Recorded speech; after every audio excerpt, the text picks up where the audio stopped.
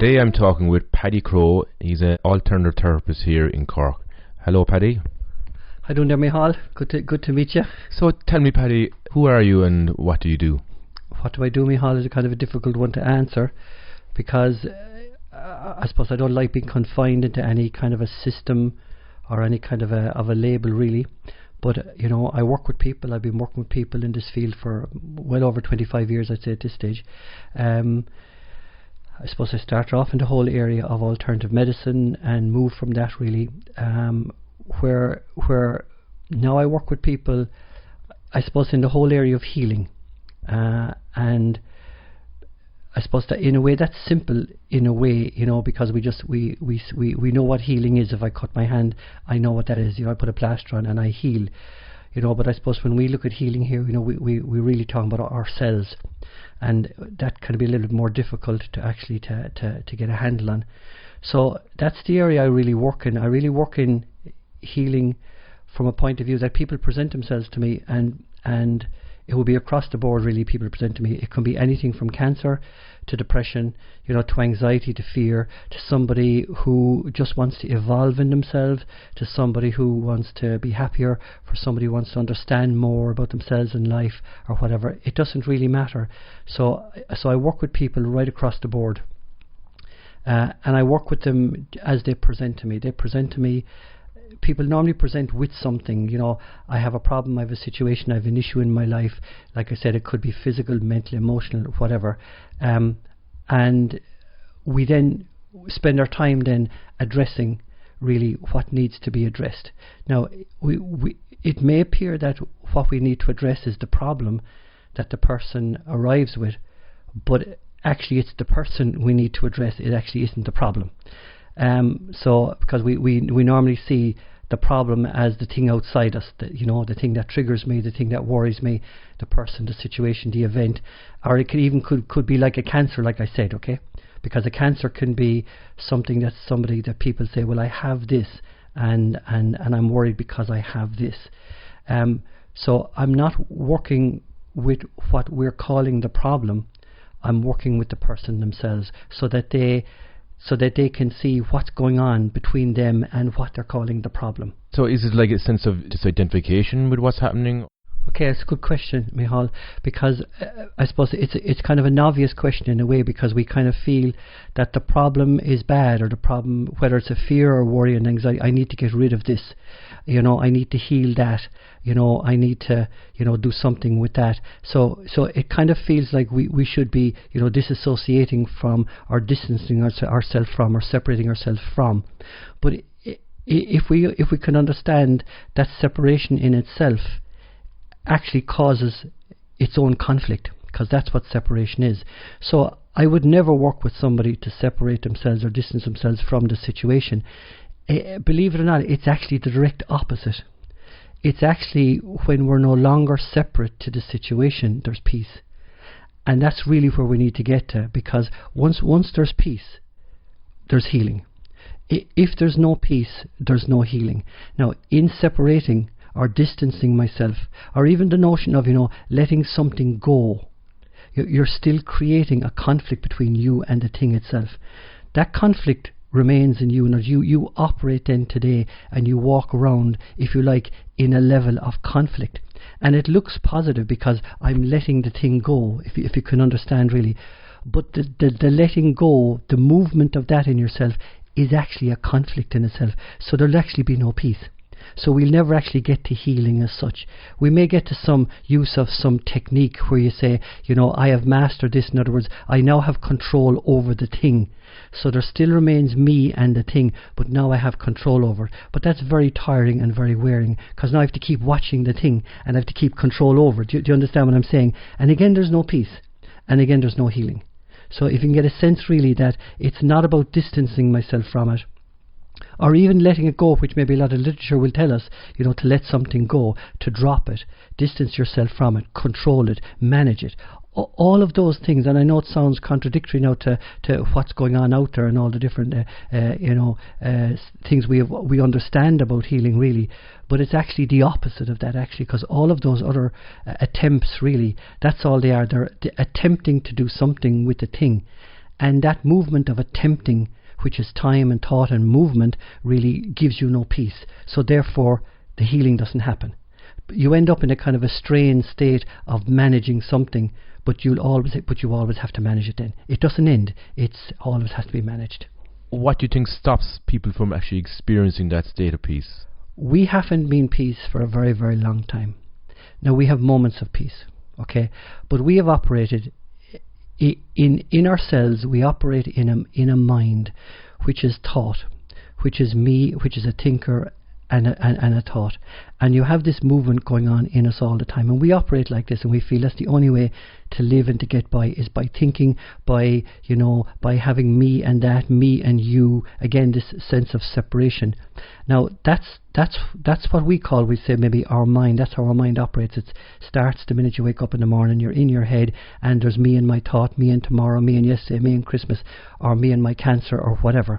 So we have lived like that, really, you could nearly say, for a very long time. So it's kind of like all we know. So when we go to address the situation of healing, we address it still from the same place of that thinking. So we still operate in that same way of me and the thought or whatever, and so I need to get rid of it or separate or whatever, because it's like as if it's the only way we seem to know how to operate, because that's how we operate every day. So this is like, so it's like, in a way, it looks like, it's something new for us, but it's not new, really. I would say it's our nature to be peace. It's not our nature to be conflict. So deep down we do know this, but it's just for some reason or other we all seem to operate in this state of thinking, thought, mind, separation, time, past, future. So that's how we operate, and I mean that's the way it is. That's really how we all operate. So it's very, very difficult to have peace when we operate like that. So it really then is a matter of us understanding, well, what has to take place in order for that movement in me, that movement of thought, if you want to call it, for that movement of thought, in order for me to no longer operate like that. So then I can operate as peace. Now, I would feel that once I then operate like that, whatever it is I'm manifesting, whether it's physical, mental, emotional, or whatever, or if it's somebody who wants to evolve from the state that they're in, I feel once we're at that place of peace, that's where the evolvement takes place, that's where the healing takes place, that's where, in a sense, the situation, the problem, the past event, the future, that's where it ends. It ends because now it doesn't exist. In other words, there's not you and that anymore, because you are now peace. And you can't have a duality in peace. Duality only exists in thought and in separation. In peace, there's only yourself and and it's like and what is, but it's you are what is. In other words, there is no other, so there's no separation. So peace never has a separation, and peace never has a duality. Whereas we walk around all day long in a state of duality, and I would say that is the cause of our anxiety, our worry, our cancers, whatever, and all of that really. So addressing that then really, it's not like a therapy, if you like, really, where, I apply a certain therapy, whatever. The first thing really is for us to really, really understand how I operate. If I could really understand that I'm operating in a state of conflict all the time in myself, if I could now understand how to operate differently in a state, for the moment we'll call it peace, if I could operate like that, that would be the beginning of me working with somebody. Now, I can then incorporate many, many other things in as well as that. If I want to use what we may then call therapies like healing, where, actually, work with the person in order. I'm very aware of healing myself, intuitively. So it's very easy for me to put somebody up on a couch, and say, okay, lie back for a while, so let's get some healing to take place as well. I may actually work in the area of maybe past life regression, where I may look at something that's affecting the person in this life, but it's coming from a past. Or it may not be past life, it may be just a time, it may be just back 10 years ago, 20, whatever. So I may use regression with them, I may regress them in time, and I may regress them into past lives as well, if we feel that would be appropriate. So if I want to use different tools, if I want to call them, so instead of setting myself up as a regression therapist, or as a healer, or as a bioenergist or whatever, so I can employ these things if we feel it would help us. But the main thing really is for us to understand really, how can I move from operating in this, conflicting state that I operate in every day in my head and in my mind. How can I move into a state really which is peace? Because I feel that's the biggest move, and whatever we can use then to help us with that, then that's where I then employ in, if you like, really, or incorporate therapies or systems or whatever. So I never see myself really as the regression therapist or whatever. I really see what I'm really interested is this ending this movement in us which creates our conflict, and I use therapies really to help me with that. Is it the ego, or is it our conditioning, or what, that prevents us from experiencing this peace? You see, we can blame these things. You see, we can blame ego, we can blame conditioning, we can blame our parents, we can blame our situations, we can blame all of that. But you see, the actuality of the situation really is, it's I'm the person who's reactive in myself. We can blame the external thing, or we can blame what we're calling the trigger, or we can blame the conditioning. But ultimately, it comes down to myself, really. I'm the person who's continuing to be reactive. Now, I actually think that may look negative, because we're saying, we've got really, I thought it was the conditioning and everything, and now it's me. It's like as if I'm blaming myself. It's not that I'm blaming myself. It's the fact that now I know the origin of the problem, which actually is myself. Which is great, because now I can do something with myself. I may not be able to do something with the external or with the people or the past or whatever, but I can definitely do something with myself. So I can do that with myself because I walk around with myself every day.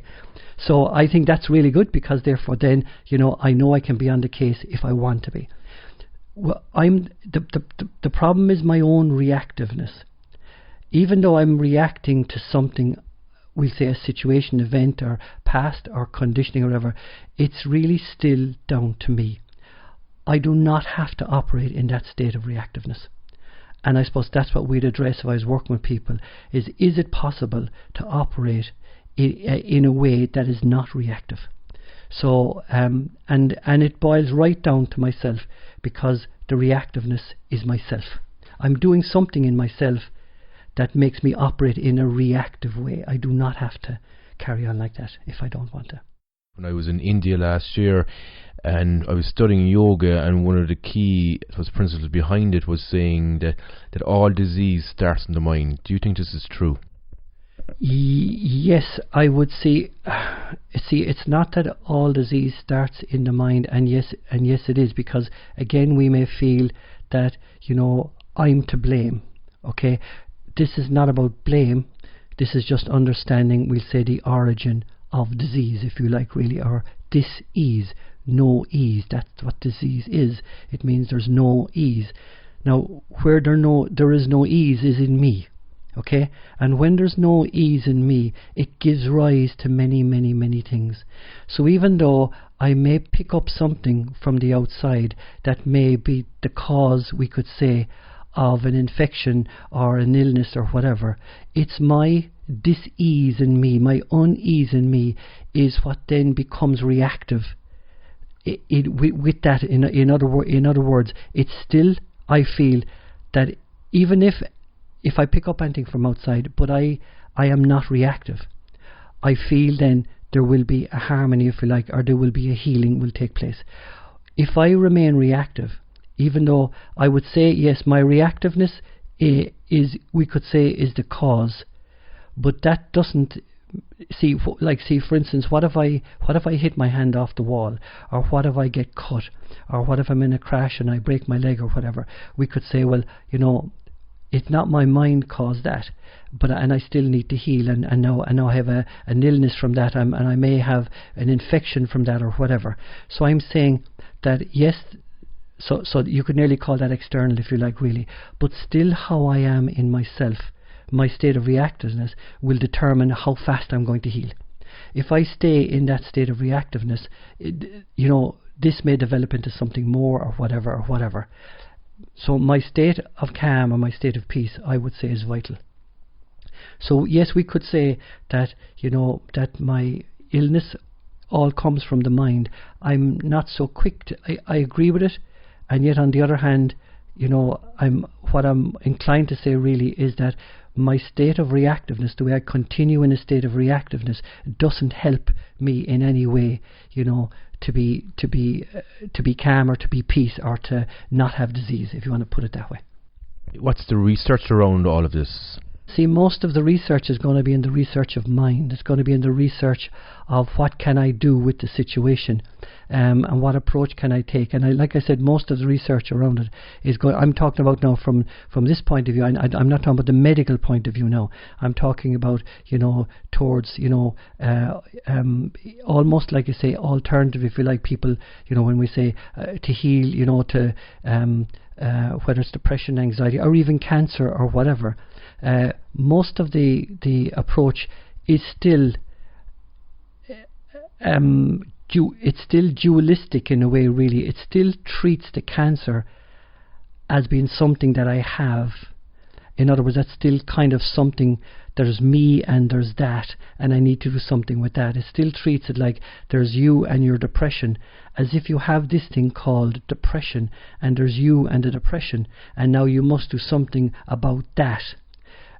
And or whatever it is you have, there's still this duality, as if all of these things are separate to me, and I just have them, and I then have to act upon them, or I have to fight them. And if I win, I win, and if I don't, I die, or I remain, whatever. So the approach mainly is still dualistic. And I feel that's going to be problematic in itself, because I feel once it remains dualistic, we're not going to get very far with this. Now we'll definitely, from a medical point of view, we come up with great, fantastic medicines and all of that, really, but it's still treated dualistically. It's still me and my problem, me and my me and my cancer, me and my depression, me and my fear. You must drop that, you must get rid of that, you must heal that, you must fight that. It's still dualistic. There's still no peace there. And I actually feel if we continue in that dualistic state, really, we're never, first of all, it's not even just about what I do about my problem, but in myself I'm not going to feel well walking around today, because I'm never going to feel happy, I'm never going to feel content.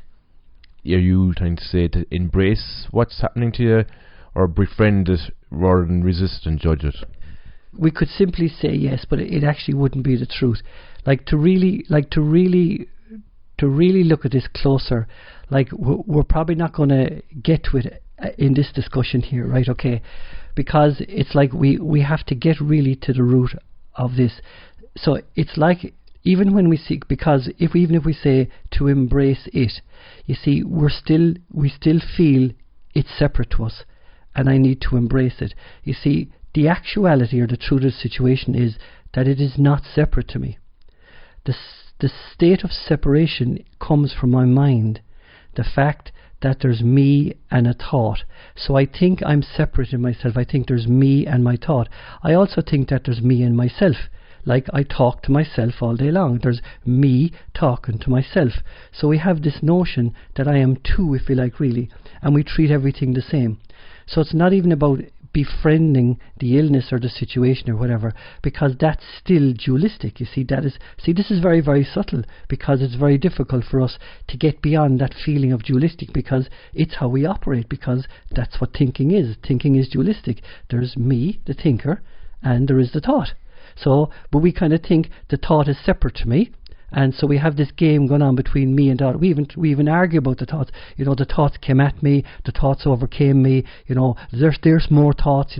I can't get away from them, as if there are these things floating around in the air, and there's this game going on between me and them. Like what's happening is, 'tis I'm creating the thought. The thought is myself. There's no dualistic. There's nothing dualistic going on here. So when we go to approach a problem, we do it in the way that we operate all day long, which is dualistic, which we think it's separate to me, and we then probably the best then, like what you're saying here, Micheál, is like, well, would I befriend it? Would I accept it? Something like that, really. You see, that still won't bring us to peace, because now I have to accept something. I have to befriend something that I don't like. There's still no peace in that. It kind of helps a little bit, so at least I'm not fighting it. So we say, well, I'm not fighting it. But I'm saying accepting it is still another state of conflict in myself, that I have to accept something that I don't like. So it's neither accept nor it's any of those things.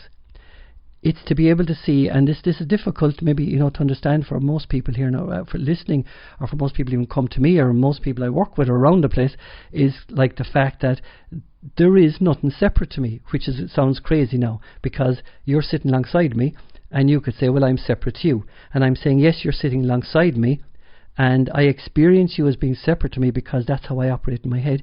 And as a result, then, we could now be in conflict, and I could now judge you and you could judge me, and that's a game that goes on inside my head. It's that game of judgment and that game of accepting or rejecting or whatever. See, there's still no peace in that. Okay? I believe, that's a very important question, but I believe we're not going to get to the bottom of it here, because really this is where I spend, I suppose, so much time with people, to try and see, can we get really, really down to the bottom of what is going on here, and what is this conflict that's going on inside me, and how do I really end that conflict. Now, as long as there's duality, there's conflict. So we're saying, how do you end duality when you're saying that you're sitting separate here to me? So how do I not judge you when we say that you're separate to me? You see?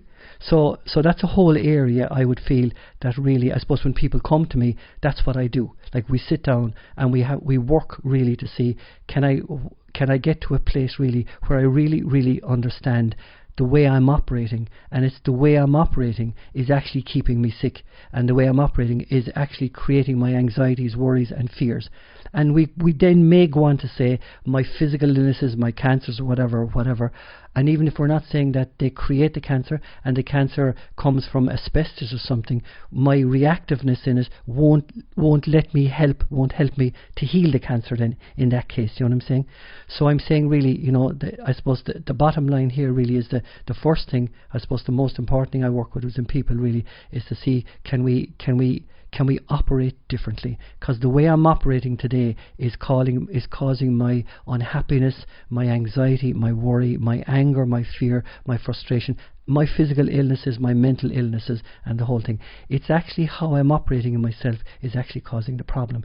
But to get at the root of it, it is easy if we keep exploring this, but we'll be here all day, Micheál, exploring it, and we'll get a good handle on it then.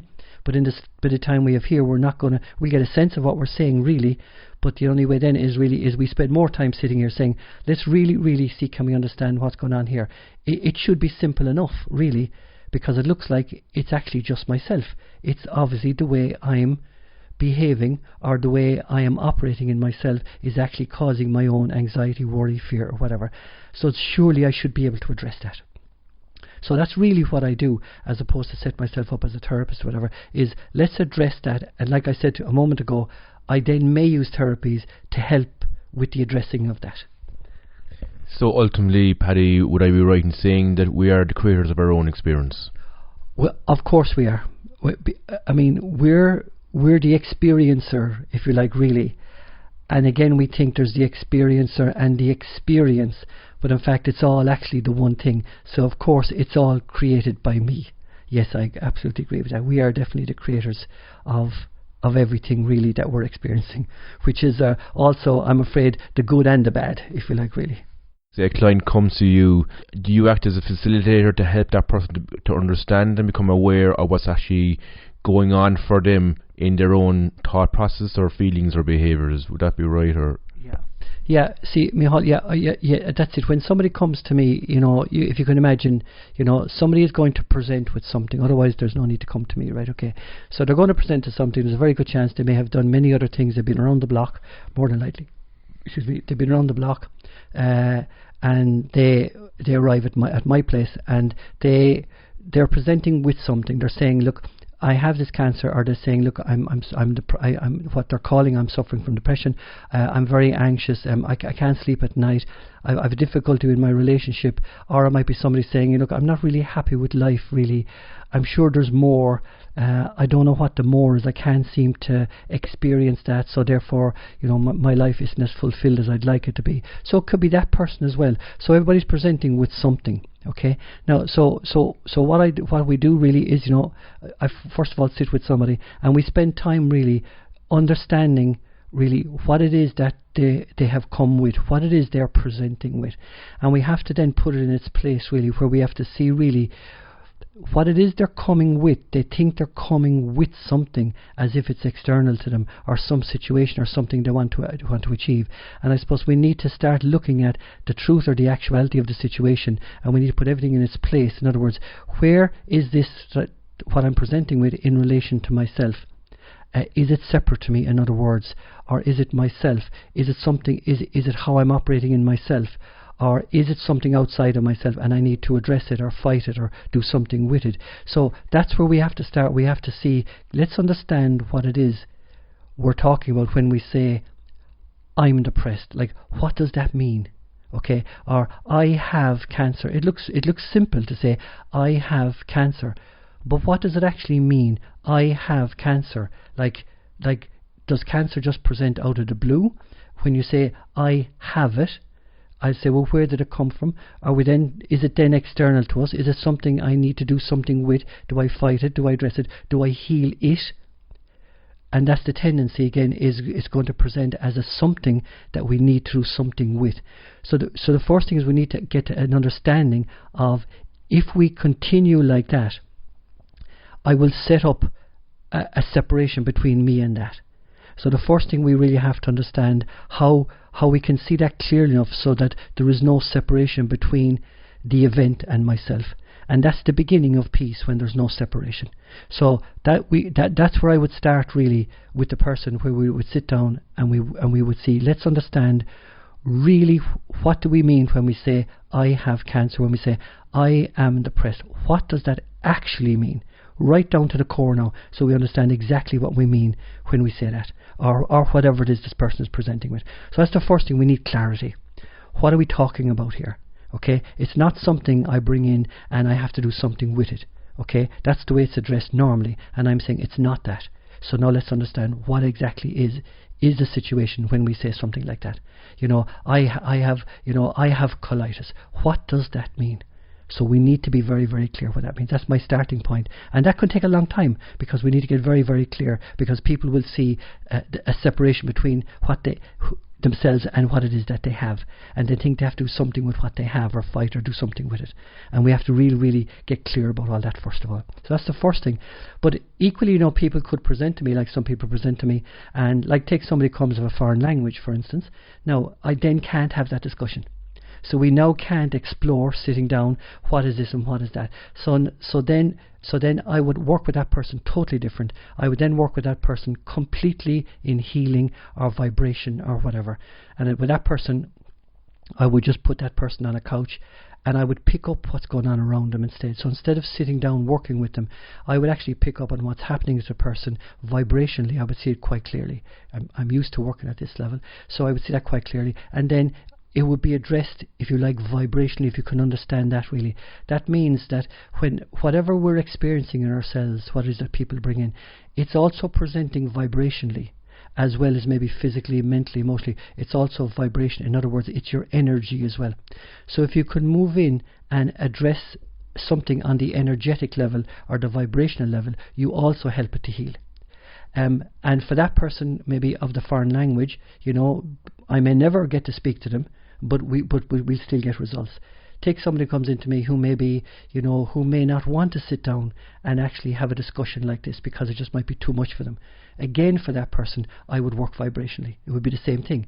And then what we may find is that by working vibrationally enough, they'll come round a bit more, and then we may be able to address it then verbally as well. And then somebody, the same thing, like somebody who may be very, very depressed.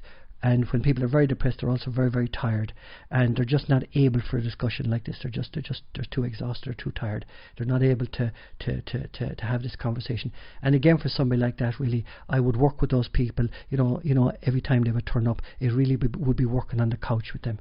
I would see really what's presenting, and vibrationally, I would see, if you like, I would see the depression vibrationally, if you want to put it that way, or I would see the illness vibrationally, and then I'd work on it vibrationally. So it's not everybody is going to be approached verbally, but if possible, I like definitely, if somebody is able or up for it, to approach it verbally, because then the person can understand it themselves. as opposed to me then like doing a job for them, if you want to put it that way. But I've no problem stepping in to do that for somebody who's really tired, like the person who's depressed, or the person who's just not able to have a conversation like this, or the person of a different language, or the person who's just not able, like I said, to go with what we're doing here. I would work differently with that person then, and for most people I work with, I actually work both ways. So take anybody who come into me today, for instance. I would have worked with them just like we're talking now, is to get clarity of what's going on with what they present to me, and then I would normally put them on the couch as well, and I would then equally continue, if you like, in a non-verbal way, because I would then continue vibrationally, because I would still see what's going on vibrationally, and we get some help as well then vibrationally as well, while the person just lies back and has a rest really, because even while they're resting, their vibration of what they're presenting with, it still exists, it's just there right in front of me.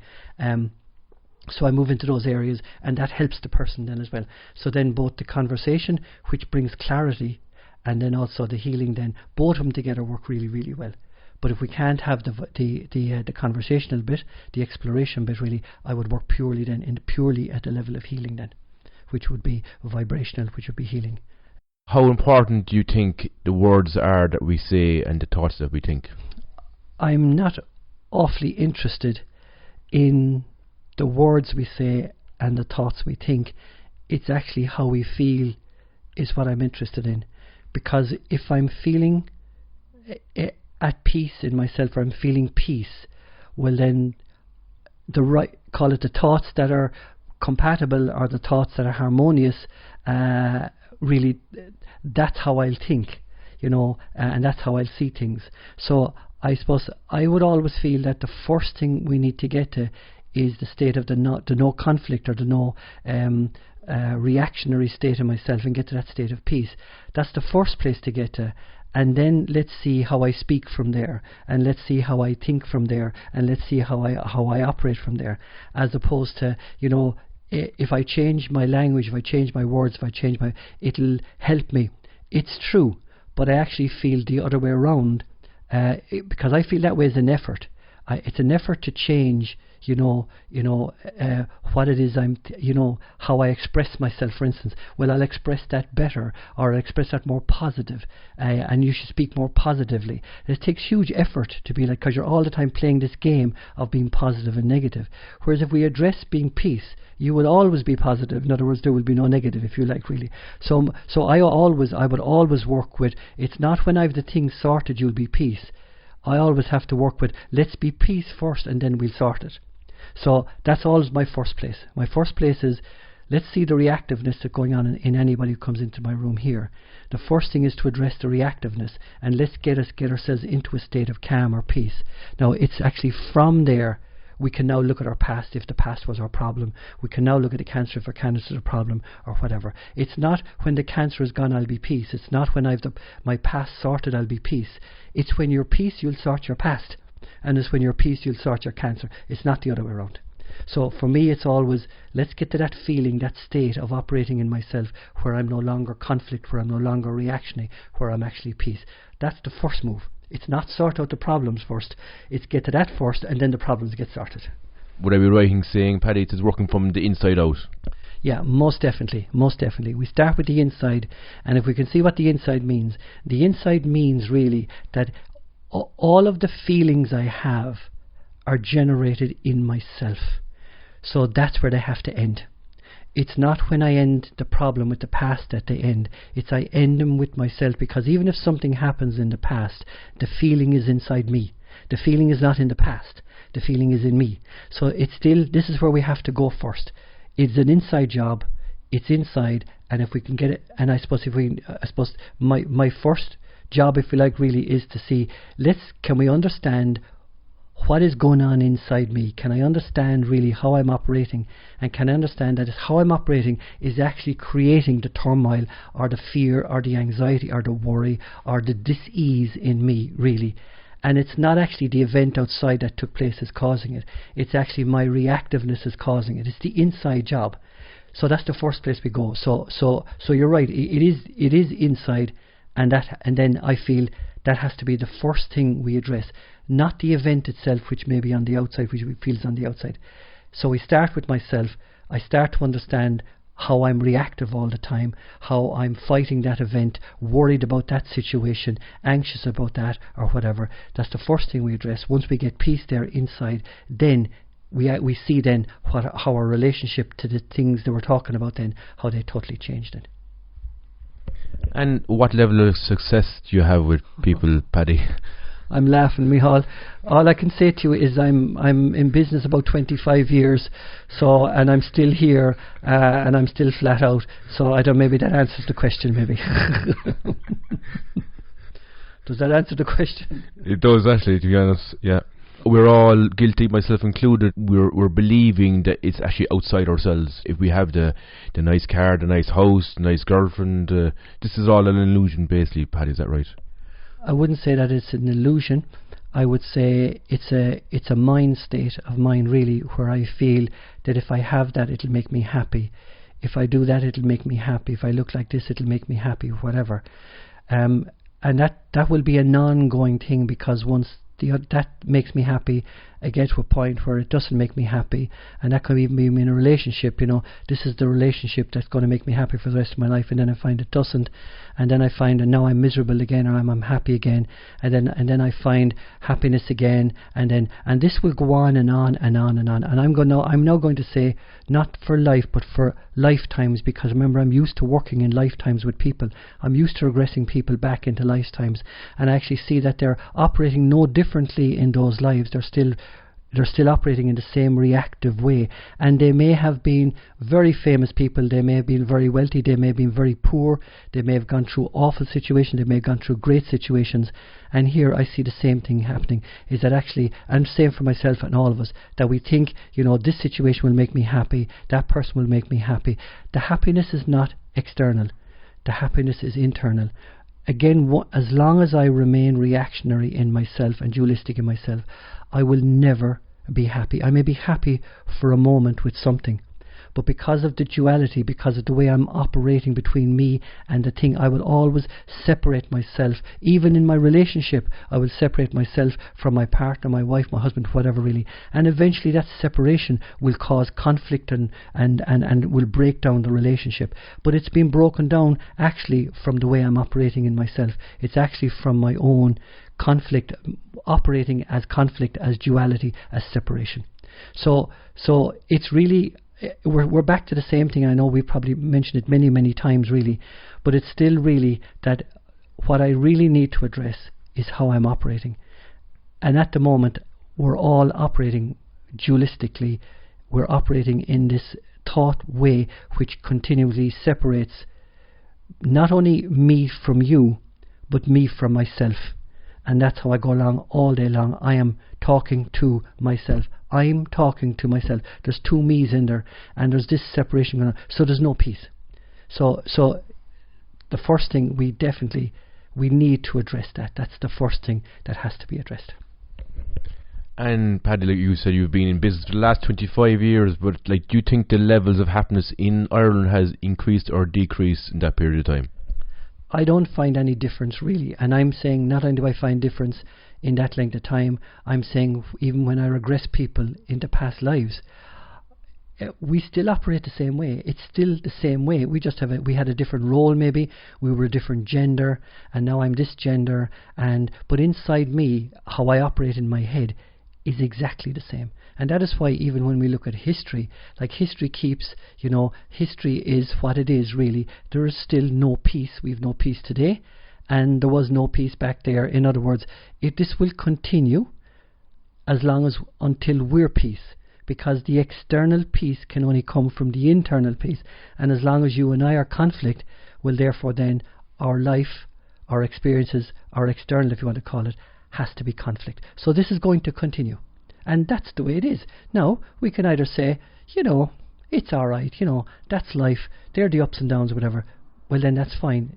Let's keep living like that. But let's be clear about it. It's going to be very problematic.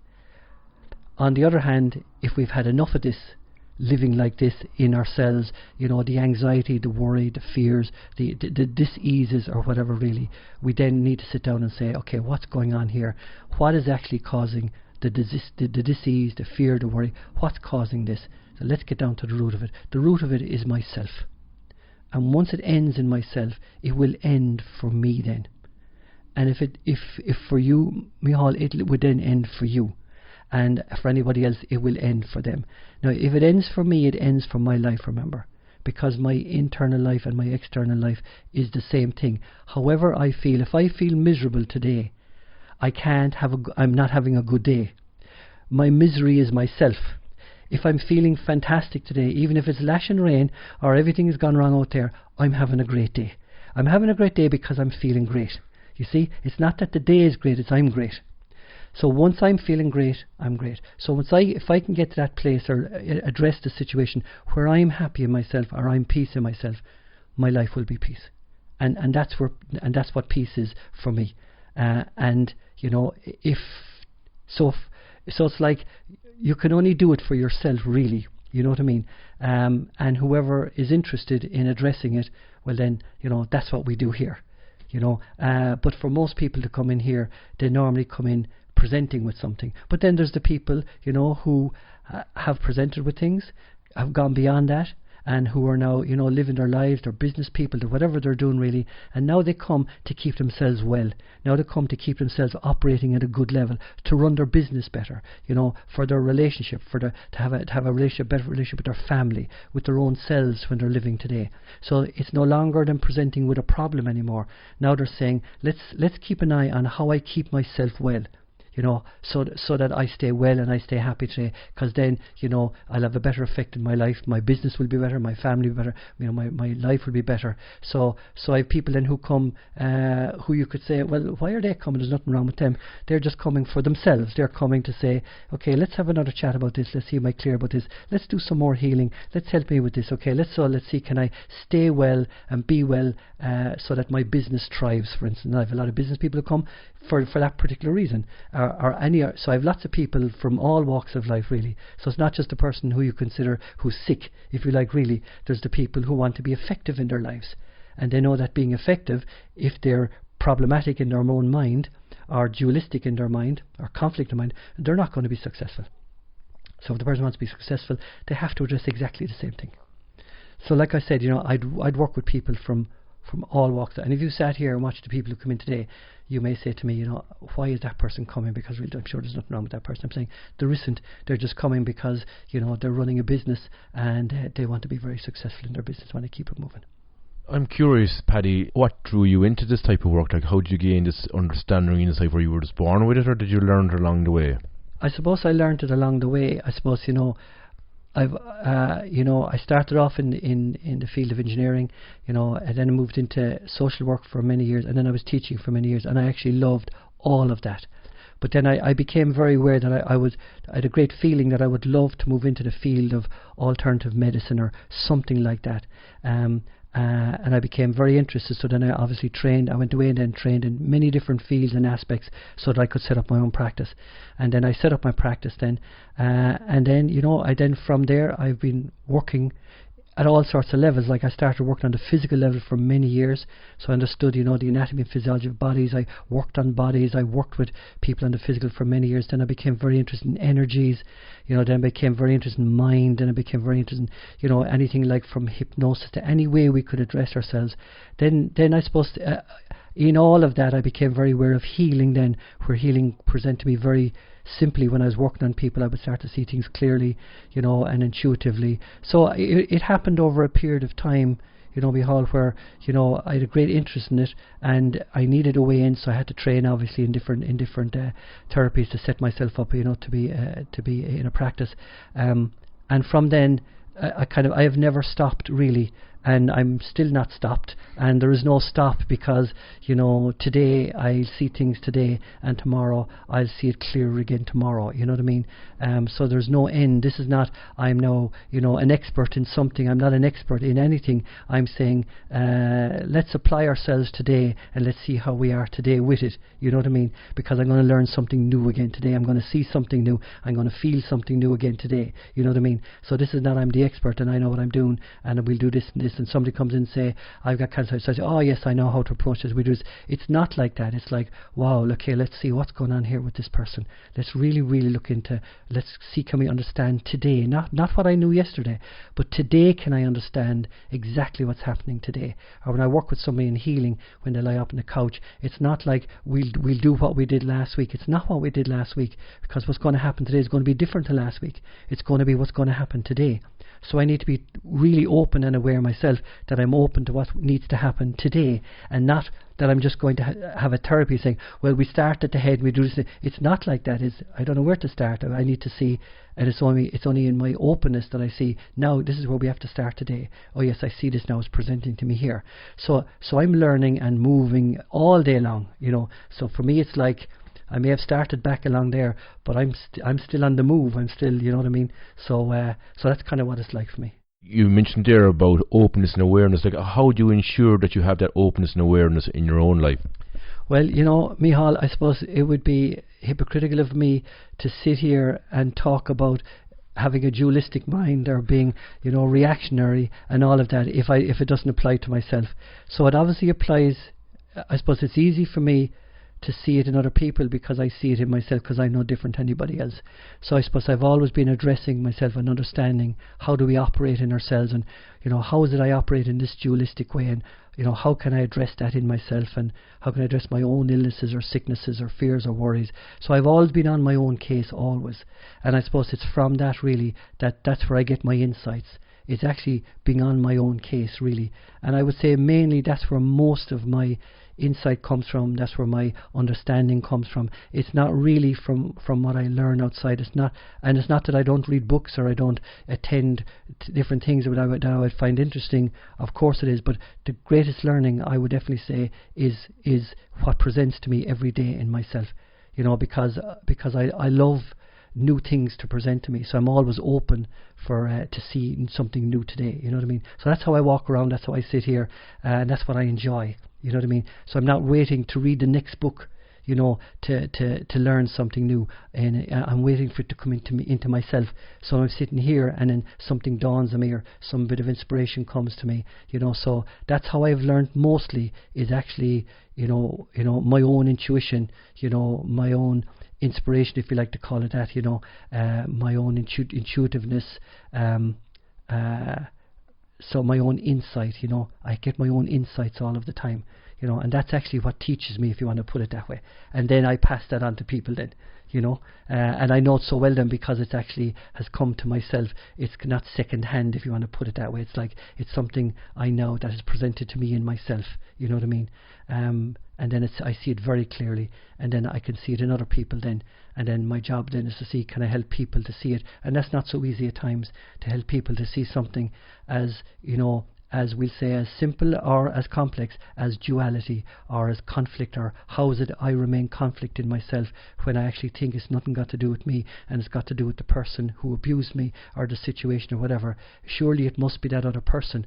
So it's very subtle and very complex to try and bring that back into myself, and to see that even though that event has taken place externally, if you like, really, the internal reaction is actually myself. And that's what's making me miserable, and that's what's making me sad, and that's what's hurting me. It isn't the other person, it's not what actually happened. It's how I am behaving, or how I am operating in myself, is actually the problem. So for me, I suppose I'm on the case all the time.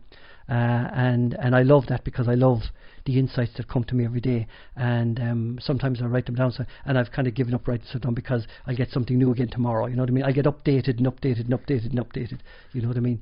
So I love being open to all of that, really. So that's really how I operate. You mentioned there about intuition and insight, Paddy. Like, how you develop that? Yeah, you see, the funny thing about insight and intuition is you can't develop it. That's the funny thing. And even though you may have many courses that may promote, to make you, more competent or something in with your intuition or whatever, you can't develop intuition and you can't develop insight, because it's not something you can develop from your mind.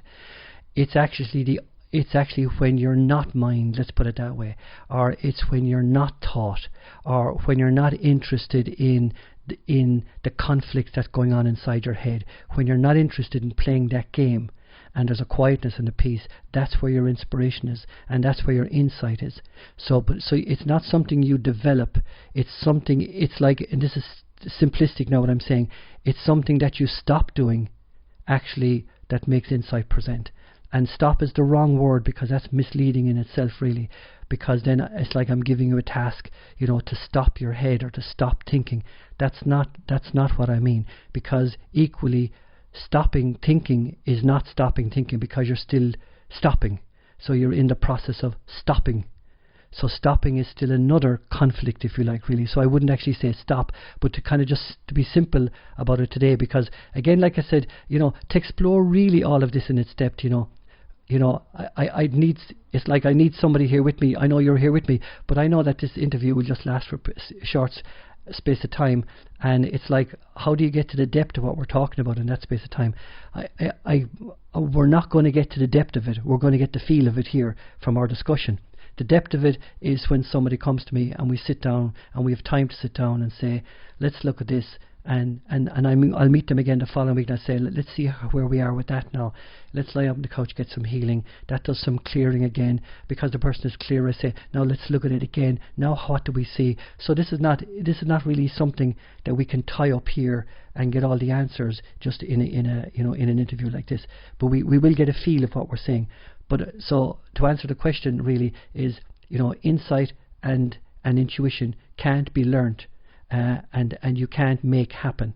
It's only when you're not making it happen, it happens. In other words, when you're not in the state of making or doing or trying or hoping. See, all of those are time. They're suggesting, in the future.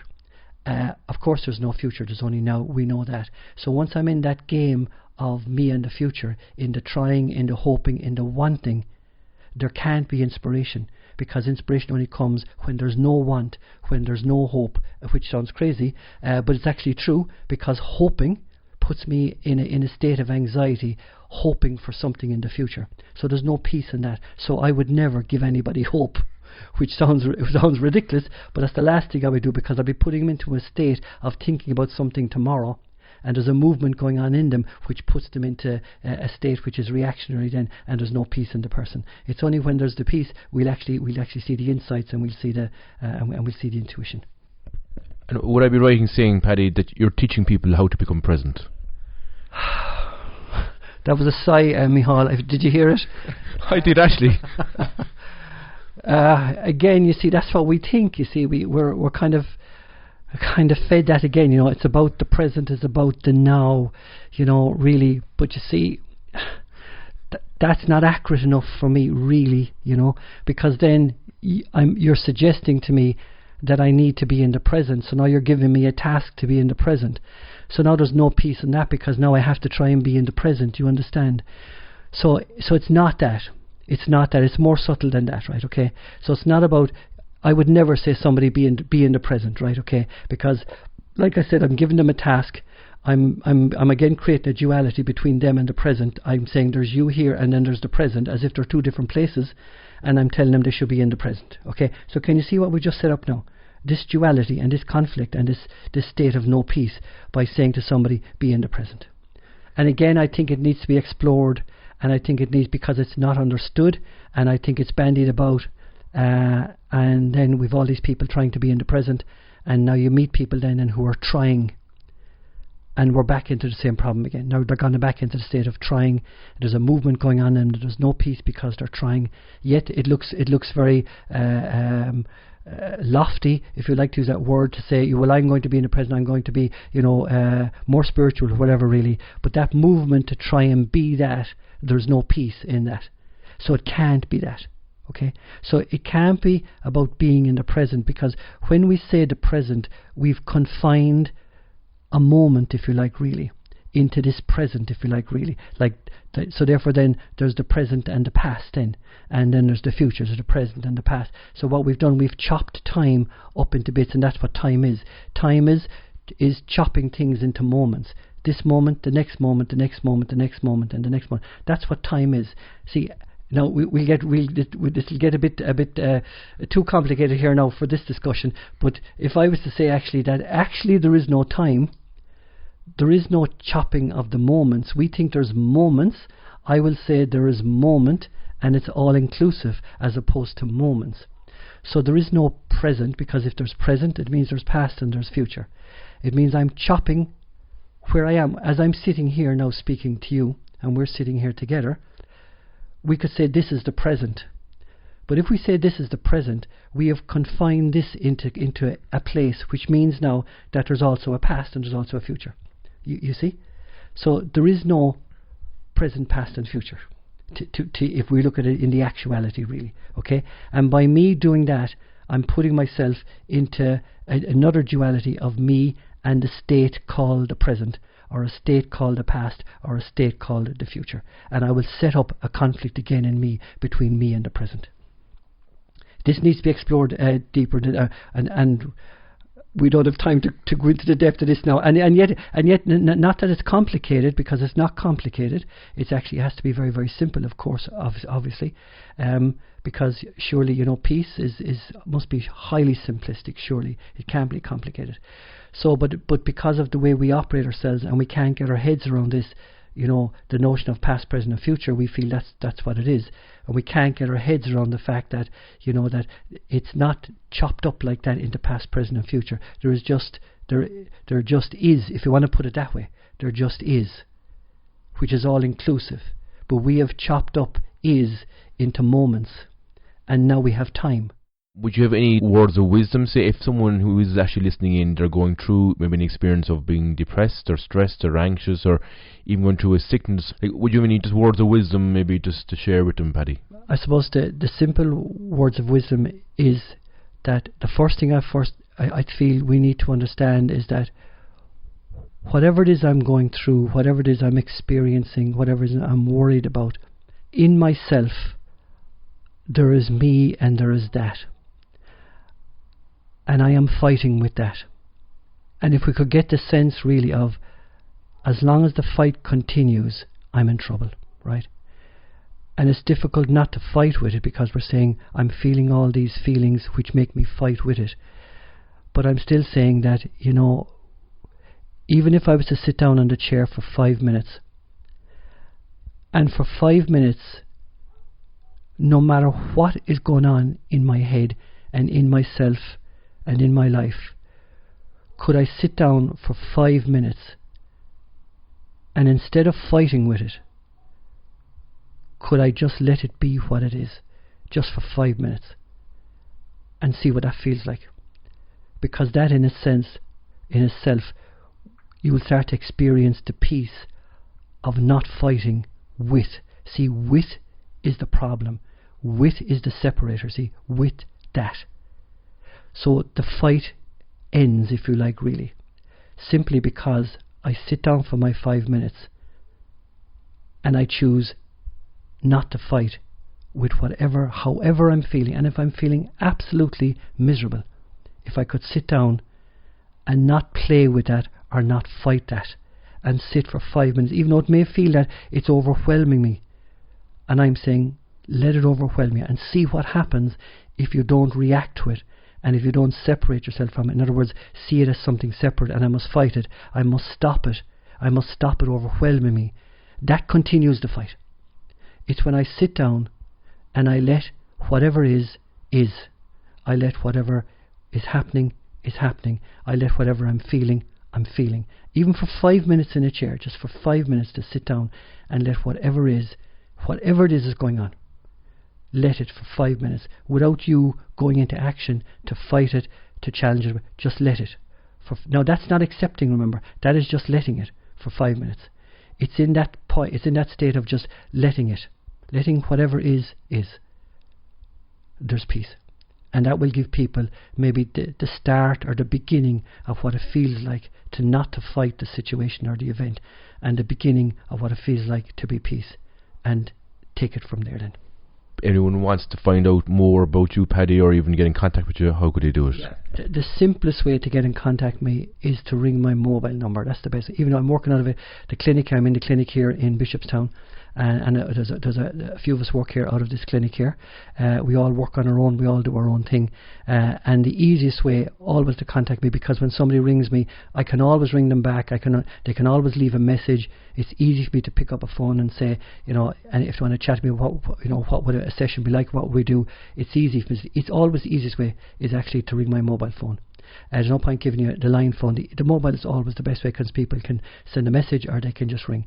So will I give you the number, Micheál? Okay, the number is 087 29 01 077. So that's 29 01 077 087. Okay, that is the easiest way to do it, Mike.